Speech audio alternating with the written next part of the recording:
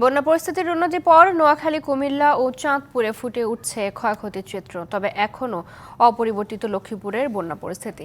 2 সপ্তাহের বেশি সময় ধরে বন্যা কবলিত লক্ষ্মীপুরে পানি নামছে ধীরগতিতে। দুর্গত এলাকায় দেখা দিয়েছে তীব্র পানির সংকট। এখনও পানিবন্দী লাখ লাখ মানুষ।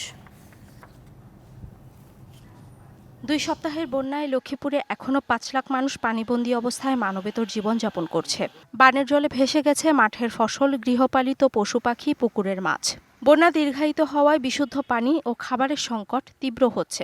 লক্ষ্মীপুর সদর, রামগঞ্জ এবং কমলনগর উপজেলার বেশিরভাগ এলাকা কয়েক ফুট পানিতে তলিয়ে আছে। রক্ষা পায়নি গোলার ধান। জেলা কৃষি বিভাগ বলছে, আমন, রোপা আমন, বীজতলা, আউশ ও শরৎকালীন সবজির আংশিক ও সম্পূর্ণ মিলে প্রায় 292 কোটি টাকার ক্ষয়ক্ষতি হয়েছে। কুমিল্লায় দীর্ঘদিন পানিবন্দী থাকা মানুষ বসতঘরে ফিরছে। তবে এখনও বিভিন্ন স্থানে পানিবন্দী প্রায় 1 লাখ পরিবার।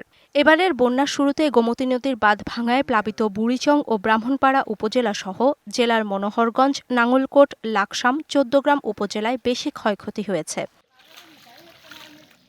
জেলায় কৃষি খাতে 850 কোটি, মৎস্য খাতে 450 কোটি ও প্রাণী সম্পদ খাতে 350 কোটি টাকার ক্ষয়ক্ষতি সহ প্রায় 3000 কোটি টাকার ক্ষতি হয়েছে বলে জানিয়েছে জেলা প্রশাসন।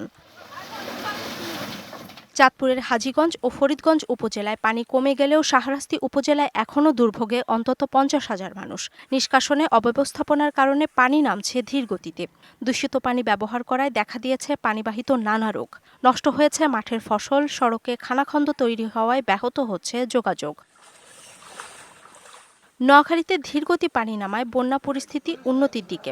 যদিও সেনবাগ, সোনাইমুড়ি, চাটখিল, বেগমগঞ্জ সদরে নিচু এলাকায় পানি না নামায় কিছু মানুষ এখনও আশ্রয় কেন্দ্রে রয়েছেন। ভয়াবহ বন্যায় ফেনী জেলা জুড়ে কাঁচা পাকা ঘর, বীজতলা, আসবাবপত্র তলিয়ে গেছে। সবচেয়ে বেশি ক্ষতিগ্রস্ত ফুলগাজী। সদর হাসপাতালে রোগীর চাপে তিল ধারণের জায়গা নেই। অধিকাংশই ডায়রিয়া, আমাশয়, পেটে ব্যথা, জ্বর ও চর্মরোগে আক্রান্ত। অর্ঘ্যমিত্রা তরফদার, ডিবিসি নিউজ ডেস্ক।